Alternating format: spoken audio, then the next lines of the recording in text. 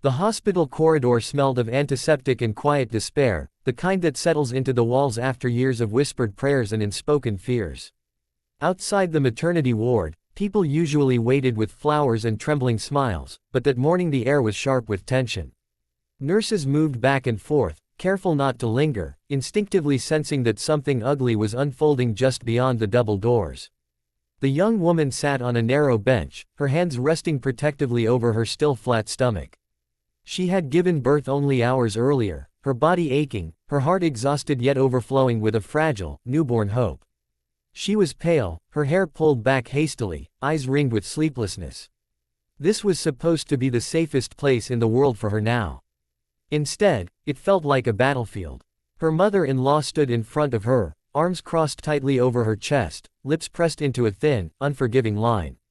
She was impeccably dressed, as if this were a social call rather than a visit to a hospital. Her eyes swept over the young woman with cold appraisal, not a trace of warmth or concern in them. "I told you already," the older woman said sharply, her voice cutting through the hushed hallway. "You have no business being here any longer. My son is resting. You're upsetting him." The young woman looked up slowly, disbelief flickering across her face. "I just had his child," she said quietly. "This is my place too." The mother-in-law scoffed, turning her head slightly as if the words themselves offended her. "Don't pretend this gives you rights," she snapped. "You've always been a burden. And now you think this baby changes anything." A nurse paused a few steps away, pretending to adjust a chart, clearly torn between professional duty and human decency. But the mother-in-law's tone was authoritative, practiced. This was not the first time she had spoken this way. The young woman's fingers tightened around the edge of the bench. Her voice trembled despite her efforts to remain calm. "Please," she said. "I just want to see him. I want us to be a family." The word family seemed to strike a nerve. The older woman's eyes hardened, and she leaned closer, lowering her voice but increasing its venom. "Family," she repeated. "You were never part of ours. My son made a mistake, and mistakes can be corrected. You should leave before you embarrass yourself further." Tears welled up, but the young woman refused to let them fall.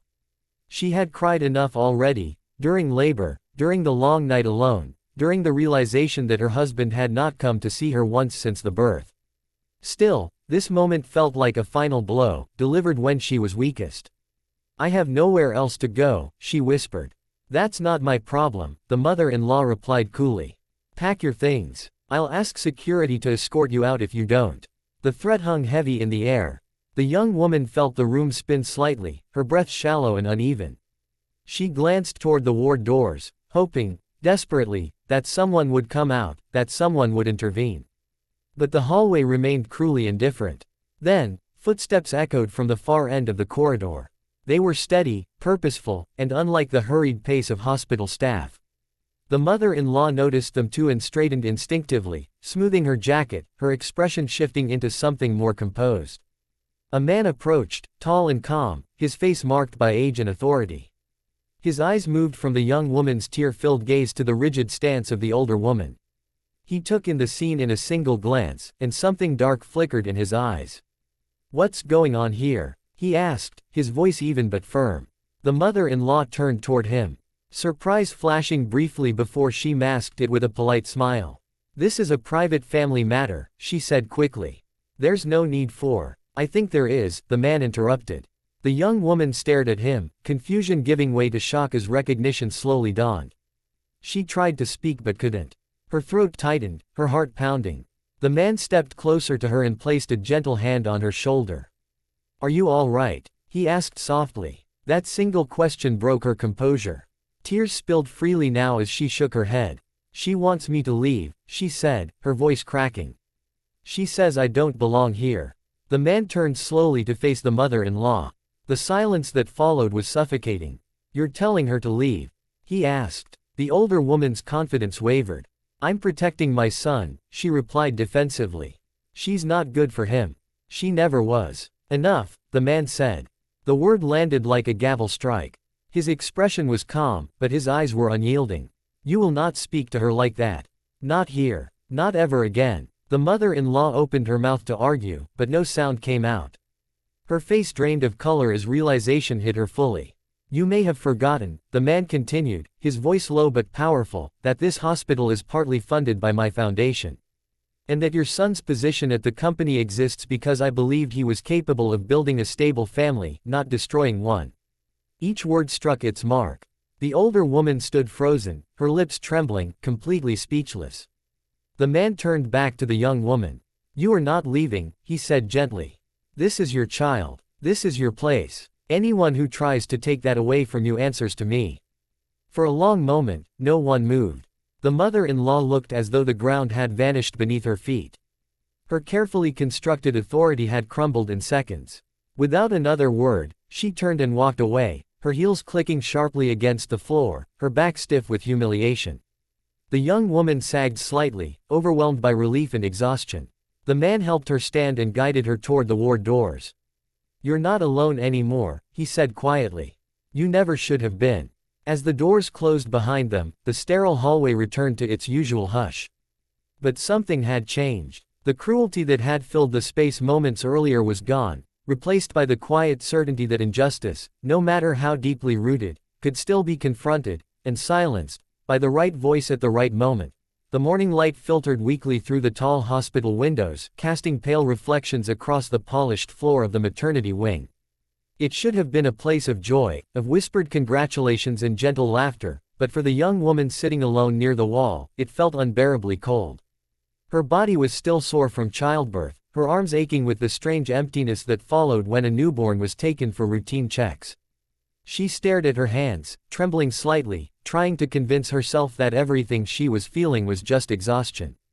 The sharp click of heels broke the fragile silence. Her mother-in-law appeared like a storm cloud, her face tight with irritation rather than concern. She didn't bother lowering her voice, even though nurses and visitors moved quietly nearby.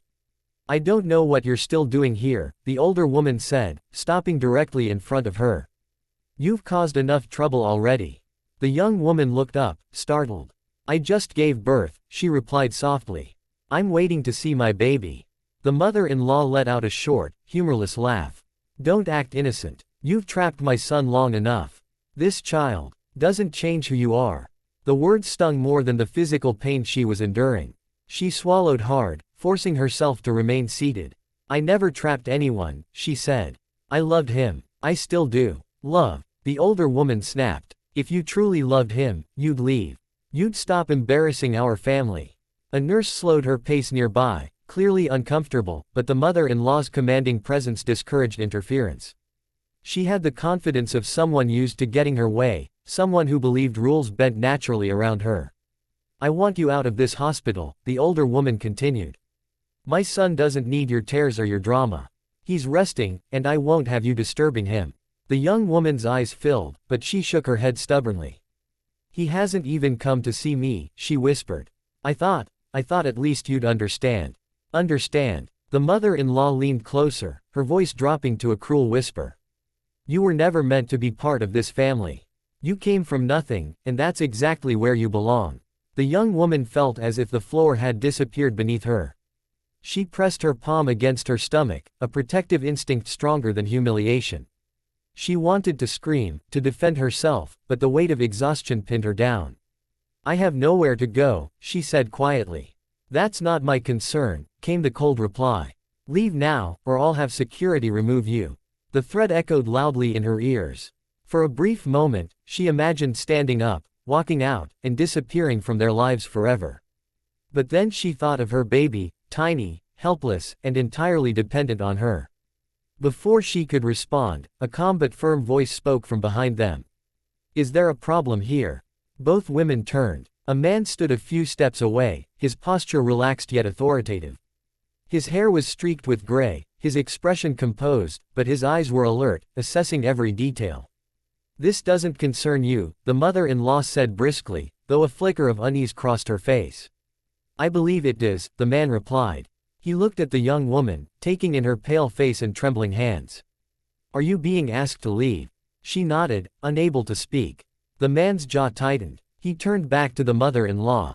On what grounds? She's upsetting my son, the older woman said quickly. This is a sensitive time. She just gave birth, the man said evenly. That makes this her time. The mother-in-law bristled. You don't understand the situation.